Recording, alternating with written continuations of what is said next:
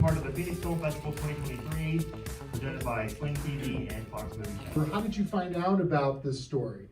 I saw the boy's story on the local news, and I think it's very, make me very excited. I think it's a wonderful story. But at first, before I filmed him, I didn't expect his story was like this. I thought it must be a very positive story. You know, there's a blind boy who wants to be a professional Go player. And how long did you follow his journey? Was it a few months or a couple years, or it was a long time? I understand. I spent 2 years on filming him. Welcome to the Shapiro Theater and the 2023 International Horror and Sci-Fi Film Festival, presented by Sling and the Fox Movie Channel. All right.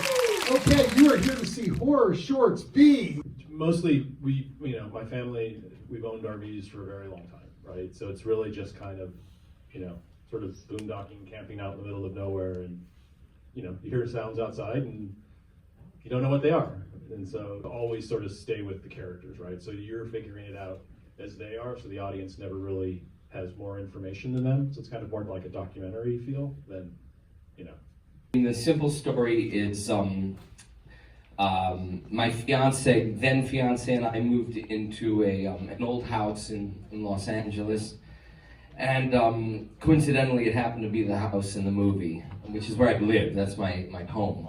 When a creative person or a filmmaker or a daydreamer or an imaginary person moved into a house like that, you think like, well, I have to make a movie here. Around that time, I got engaged, I got married, I had a child, a daughter, and all of these life-changing events were kind of its own horror movie. And I thought, well, what's scarier than marriage and family?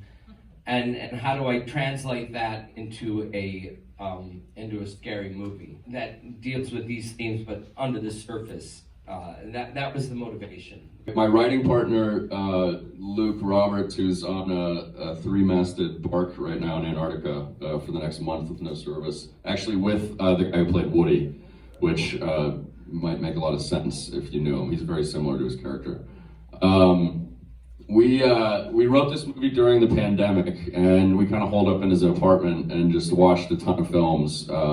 One film we kept watching on repeat was In Bruges. And we kind of, when walking to coffee the next morning, we were like, why would one friend want to kill another friend? And we figured a lady would probably be involved.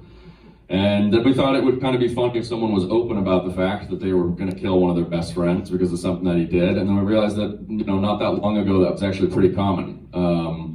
Like 250 years ago, dueling was so popular that more people were dying from it than in the Continental Army. It was such a popular thing.